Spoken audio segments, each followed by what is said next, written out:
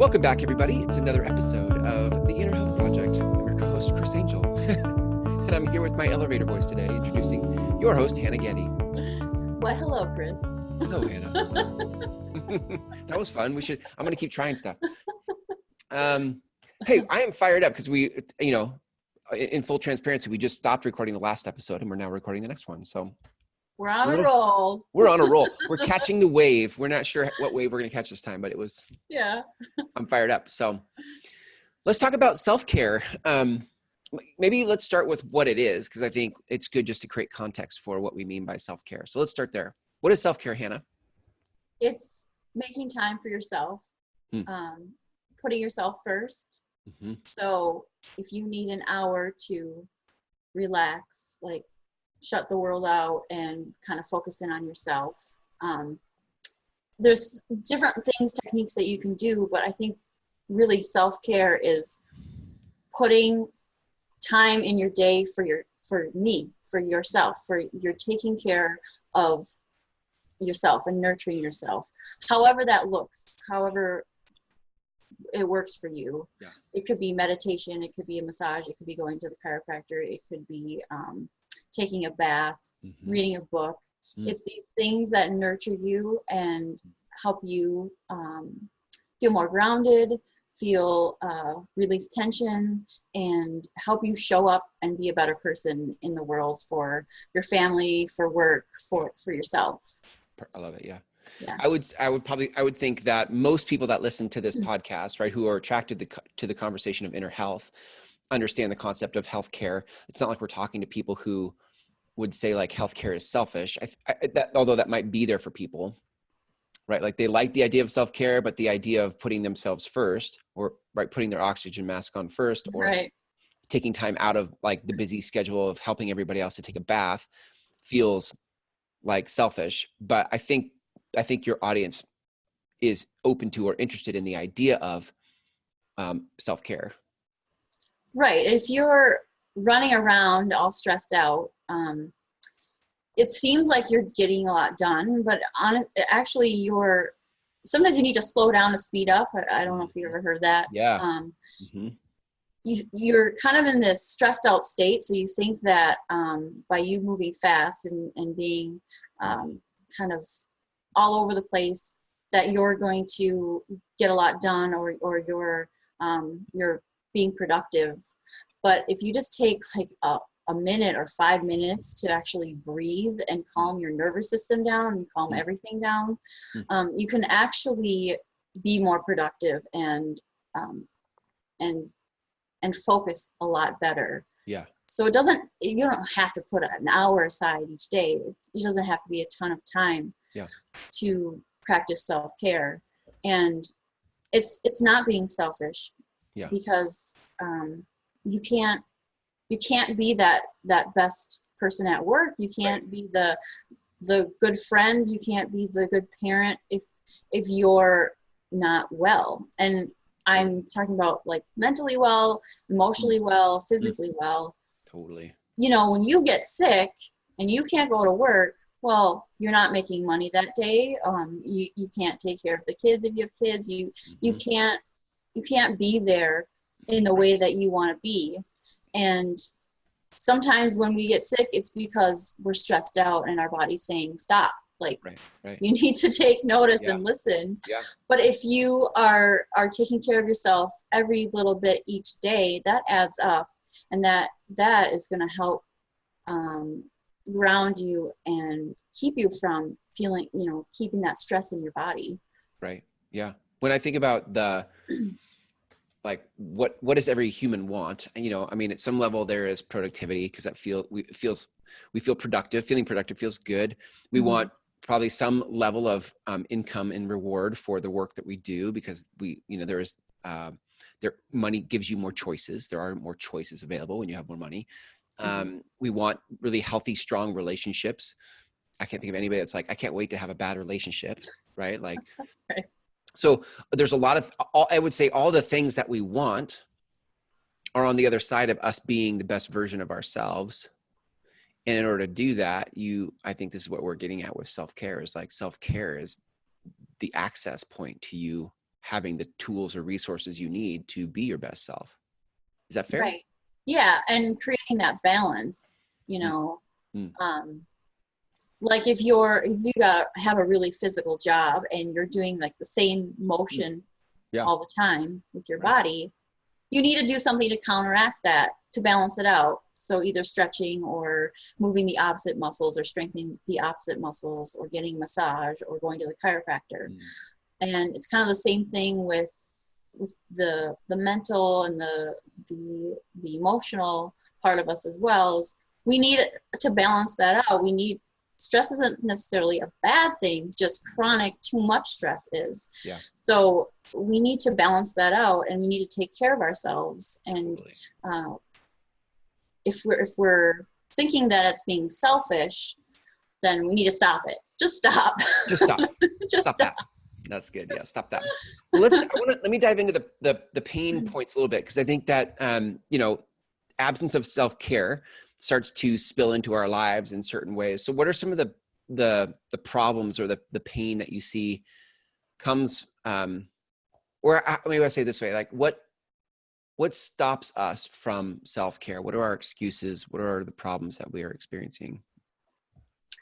I think there's a lot of information out there. So on the internet, on Facebook, from friends, family, there's just so many things that you could try and do. You can, go to the chiropractor, get a massage, do self-massage, stretch, go to the gym, buy all these weird contraptions and tools to help, mobilize your body, right. Go meditate, go do yoga. There's all these different options that you have. Yeah. And I think sometimes people get overwhelmed and they don't know where to begin. And then they just kind of get frustrated with it and kind of don't do anything. Like, I don't know what I'm doing. I just forget about it. Or they use the excuse, well, I'm just too busy and I don't have time for that. Totally. Yeah. But you don't need anything. You don't need to go anywhere to practice self-care. It's an internal mental attitude that you can have. And all you really need to do is focus on your breath. You just take a minute and breathe deeply, and that is going to calm down your nervous system. That's going to help you focus inward, and it's going to help you ground yourself. And then you can move on with your day, taking little breaks here and there, a minute, 5 minutes. Yep. That's like the bare minimum that you could do, and it would have a huge impact on your life. I think too. Yeah, totally. And I think sometimes we underestimate the benefits of self-care. And I also think that we don't take a full look at the impact of not doing self-care. Like, so we say things like, oh, I don't have time, or I don't know which one to choose, or right, out of all the things I could do for self-care, I don't know what to choose. But then every day that goes by that you're not doing some sort of self-care, then this stress piles on. And I think when stress piles on, when you're stressed out, how great of a partner are you in life? How great of a parent are you in life? How great of a boss or employee are you in life? Like, we start to get short, snappy. We start to be tired. We have brain fog. When we have brain fog, we don't make as good decisions. Like, there's an entire overflow of impact from not having self-care that I think affects our lives, and we don't even know it. We just thought that our spouse was being a jerk, but in reality, it was we were so stressed by just life that we were shorter than normal. Yeah, and I think that stress level takes us out of the present moment. It takes us out of our bodies. Even if you think about, like, if you're in pain, people don't want to feel pain and they want to ignore it. So they will, I understand pain is not fun. So they will kind of like disembody themselves and not want to be fully present, because there's a good reason for it. You don't want to feel that pain because it's uncomfortable. And, say your shoulder is bothering you, it's really hurting you. you're trying to get through your work day, but you can't do as well of a job as normal because your shoulder's not, you can't move it very well. I mean, that's impacting your life. And what if you had to, take a day off from work? You're losing money now, and you're not being able to provide for your family, or show your employer that you're committed and you're a good, reliable worker. So there's all these impacts that happen to us when we're not taking care of ourselves and we're not present to what's going on in our physical body, our emotional body, just energetically what's happening. So I think when you just stop for a moment and just breathe for 5 minutes, it's letting that stress just be, and you're tuning back in and you're coming back and slowing things down, because we live in a really fast-paced world, and sometimes we don't realize how fast we are moving. So if you just sit for a little bit and take that time to nurture yourself and honor wherever you are in that day, I think that that's where self-care is really going to have an impact on your life. Totally. Yeah. I think too, on the other side of the pain of all of that, or the frustration, the stress that accumulates, actually, before even the other side of it, like, I think as that stress accumulates, I notice, like, for me, my inner dialogue gets snarkier, right? Like, I'm more critical, more judgmental of myself and others. And I think that's not a great productive place to operate from. Yeah. Life is not as enjoyable when I'm that way.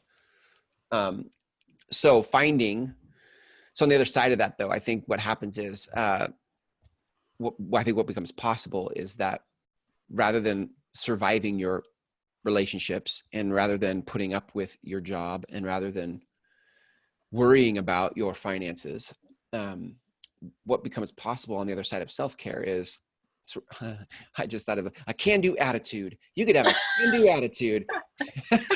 That felt really cheesy to me.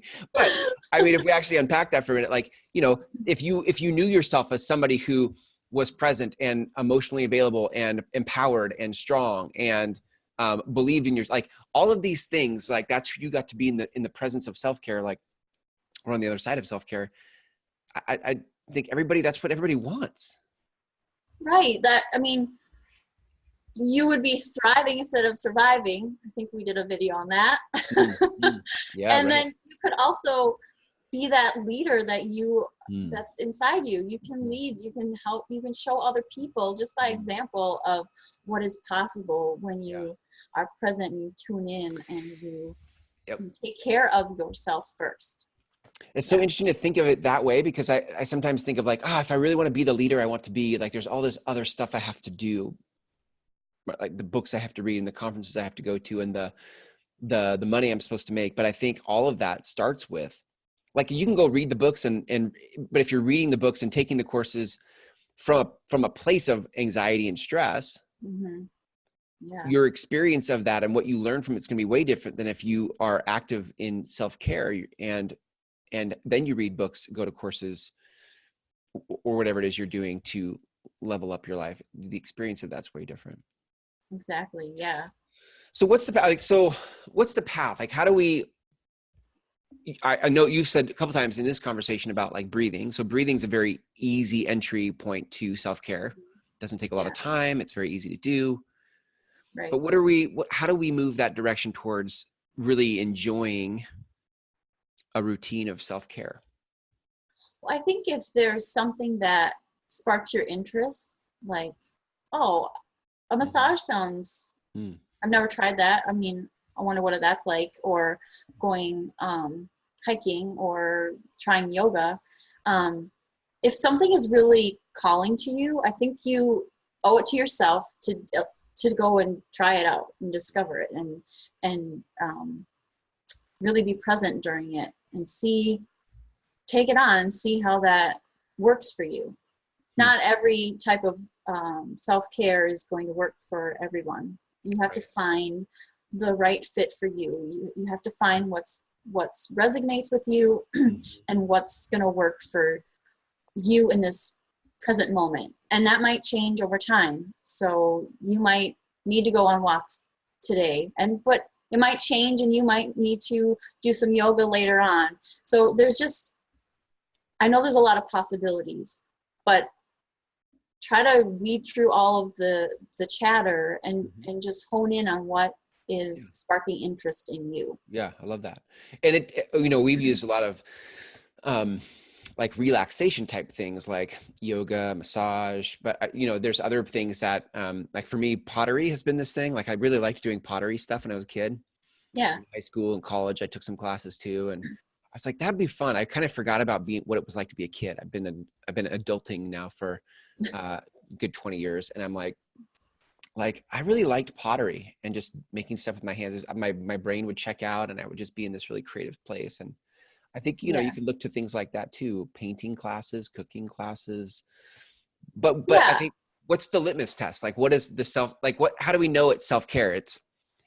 What's the effect? Is it, I feel relaxed, I feel happy, I think, does it feel nourishing to you? Like when you're in that pottery class, is it nourishing your soul? Like, is it making you feel grounded and you're just, it's bringing you joy? That's what you're looking for then. Like when you do self-care, when you guys try on self-care, like that's sort of the fingerprint, like, this is nourishing for me. This makes me feel whole or joyful or and I feel relaxed. I feel calm. Being able to just be more present. Sometimes people need to do some movement to get present and get in their body. Other people need to sit and just really relax and focus on breath. It all, everybody has the thing has a different type of care that's going to help them get to that nourishing, relaxing, grounding place. Totally. Yeah, I love that. Yeah. So the first place it would be try stuff on, see what feels nourishing. That's step one. Is there are there other steps to, how do we keep building this routine? Well, just give it an honest try. You might go for a massage and you tried it and you're like, it was okay. Maybe it was the wrong massage therapist for you. There's many different massage therapists out there, and there's many different modalities. So maybe that modality wasn't the right one for you. So try somebody else. Try a different modality. So it could be the person of a different massage therapist, or maybe like when you say modality, like what kind of, I'm thinking of like types of massage, right? Is that what you mean? Right. Yeah. Sorry. So like, what do you do? What do you do? What kind of massages do you do? So my massage is more, I do a couple different types, but more therapeutic. So very specific and working out the areas of tension and getting balance back to the muscles and the body and any dysfunction that's going on. But also there's some relaxation into it. So I'm first making sure that you're relaxed before we actually dive in a little deeper. Right. And then the other type of massage I do is Thai massage, which is I've heard of more movement, more stretching. It's less specific, but it's a whole body movement. And sometimes when people are super stiff, it's a really good way to release those muscles that way. So it's just a different way of tuning into the body, a way of helping the person release tension. It's cool. So you can try out many different types. And there's hot stone massage, which uses hot stones on the body to heat up the muscles and really relax them first before we can go a little deeper. So years ago, my wife and I were like, let's be like, people are food connoisseurs, or like, I was like, let's be massage connoisseurs. Let's go like figure out all the different kinds of massage that we could try and see what we like the most. And I don't know that we got very far in that journey. We probably got too busy and stressed out with all the things we had to do, but it is fun to think about, like, to your point of just like, give it an honest go, like keep trying different things to find your preferences, find what you like and don't like about things. And if you find bright spots, like, you're like, oh, this was promising. This was good. I liked pottery today. Let's try more of something like that. Or Yeah. Yeah. And if it's not working for you, don't feel bad. Try something Right. completely different. I would Go think, back to what's sticking out for me today. What is really yeah. resonating with me today? I think too, like once you're open to stuff, you try stuff, and then you give it an honest go. Probably there's something in there of like crafting the routine. Like I like the idea of a routine where it's something that is predictable. It's something that I could do daily, weekly, monthly, depending on what the thing is, but that there's a routine to it, because I Yeah. feel like that creates rhythm in life, Yes, I would say once you find something that you're really enjoying and it helps you, Hmm. put it in your routine, put it on your calendar, make time for it. Yeah. Whether you need to get a monthly massage or do yoga twice a week, Yeah. put it, write it down. You need to see it because we are visual people, and once it's there, it's like a vision board. It's in your conscious, like you can see it, like it's there. So I like that. yeah, like you said, it creates a rhythm, and it adds up over time. Totally. Like your body likes consistency and rhythm, and it also keeps you accountable.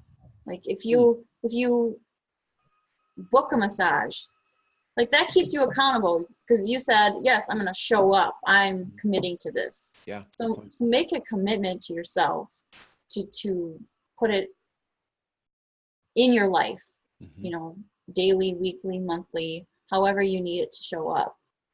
Totally. Yeah, that's so good. I love it.